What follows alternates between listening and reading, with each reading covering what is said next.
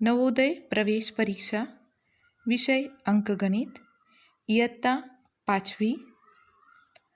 आज आपण पाहणार आहोत संख्या आणि संख्या पद्धती यावर आधारित स्वाध्याय 1.2। विद्यार्थी मित्रांनो, आज आपण पाहणार आहोत स्वाध्याय 1.2। चला तर मग पहिलं उदाहरण पाहूया। 17, 8, 21, 13, 41, 2, 27, 31, 51 या संख्यांपैकी मूळ संख्यांची बेरीज आहे। तर या उदाहरणामध्ये आपल्याला ज्या संख्या दिलेल्या आहेत त्यापैकी मूळ संख्या शोधून आपल्याला त्या संख्यांची बेरीज करायची आहे। तर आपण सर्वप्रथम पाहूया। पहिली संख्या येईल 17,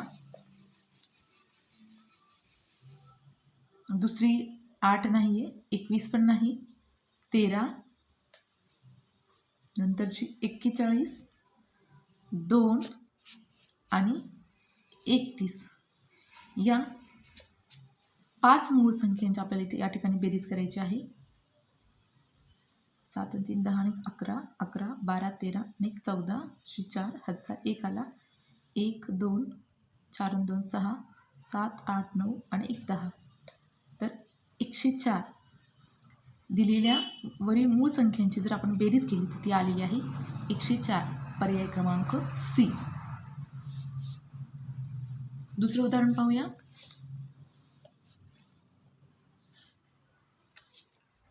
पुढीलपैकी कोणते विधान बरोबर आहे? पर्याय क्रमांक ए, 0 ही विषम संख्या आहे, तर नाही, 0 ही विषम संख्या नाहीये। बी, 0 ही समसंख्या आहे। सी, 0 ही मूळ संख्या आहे, तर नाही, 0 ही मूळ संख्या होत नाही। आणि 0 ही विषम संख्याही नाही आणि समसंख्याही नाही, तर पर्याय क्रमांक डी हे 0च्या बाबतीत सत्य विधान आहे, म्हणजे बरोबर विधान आहे। 0 ही विषम संख्या पण नाही आणि 0 ही समसंख्याही नाही। चला तर आपण उदाहरण पाहूया 3। उदाहरण क्रमांक 3 मध्ये काय सांगितलेले? 3 ची दर्शनी किंमत आणि 36,890 या संख्येतील 3 ची स्थानिक किंमत यातील फरक काढायचा आहे। तर 3 ची दर्शनी किंमत काय येईल? 3 ची दर्शनी किंमत ही 3 असेल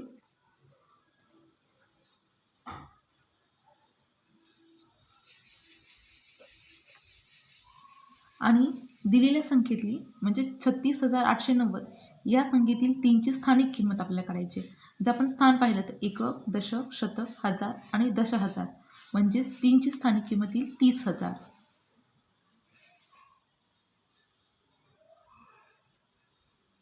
3 ची स्थानिक किंमत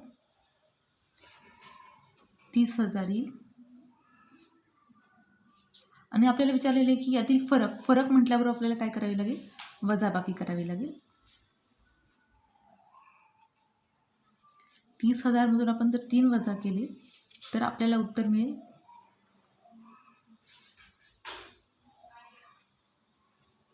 29,997, पर्याय क्रमांक बी। उदाहरण क्रमांक 4, 33 आणि 97 यांच्या बाबतीत पुढीलपैकी काय खरे आहे? आपण सर्वप्रथम 33 चे विभाजक पाहूया।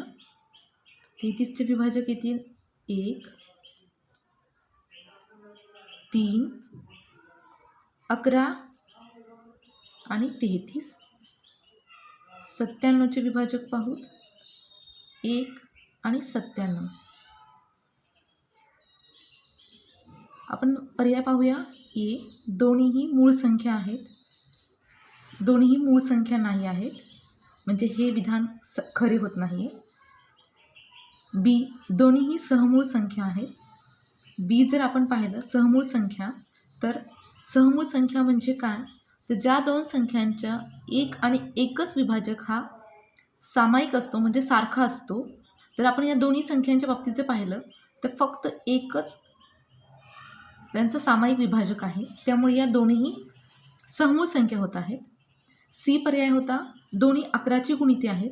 11ची गुणिते म्हणजे 11च्या पटीत किंवा 11च्या पाढ्यात, तर हे दोन्हीही 11च्या 33 येतील, परंतु 97 येत नाही, त्यामुळे हे विधान सत्य होत नाही किंवा खरं ठरत नाही, आणि दोन्हीही समसंख्या आहेत, तर डी हे पण विधान त्याच्या बाबतीत खरं ठरत नाही आहे. म्हणून पर्याय क्रमांक बी, दोन्ही सहमूळ संख्या आहेत. उदाहरण क्रमांक 5. पुढीलपैकी कोणत्या अंकाची दर्शनी व स्थानिक किंमत एखाद्या संख्येमध्ये नेहमीच सारखी असते? आपण उदाहरण पर्याय पाहूया. ए 0. जर शून्याची दर्शनी किंमत घेतली तर ती 0 राहते, आणि शून्याची जर स्थानिक किंमत स्थानानुसार पाहिली, एकक स्थानी, दशक स्थानी आणि शतक स्थानी जरी असेल तर शून्याची स्थानिक किंमत 0च राहते. 1ची दर्शनी किंमत 1, आणि 1ची जर स्थानिक किंमत स्थानानुसार पाहिली, एकक स्थानी असेल तर 1 येईल, दशक स्थानी असेल तर 10 येईल, आणि शतक स्थानी असेल तर 100 होईल. म्हणजे जसं 1चं स्थान बदलेल त्यानुसार त्याची स्थानिक किंमत बदलत राहील.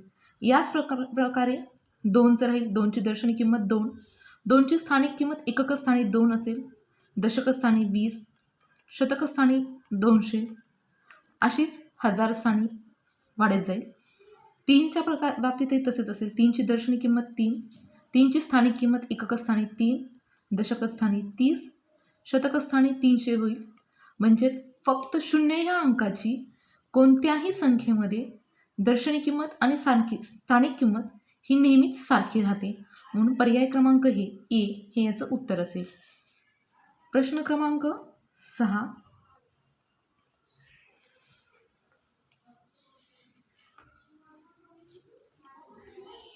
4, 5, 0 आणि 3 या अंकांपासून बनणारी सर्वात लहान 5 अंकी अंक पुनरावृत्त होऊ शकतात.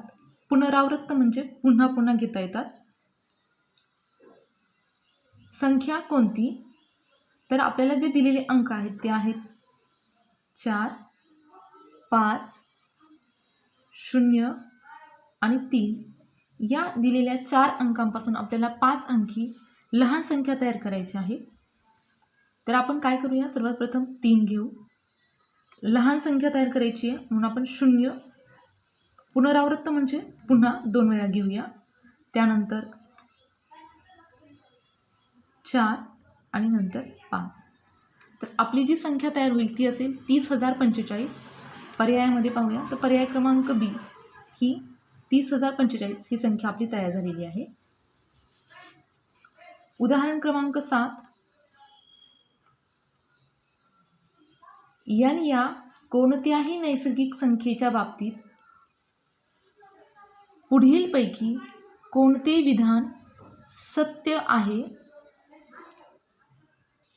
पेक्षा मोठे हे चिन्ह मोठी संख्या दर्शवते व पेक्षा लहान हे चिन्ह लहान संख्या दर्शवते.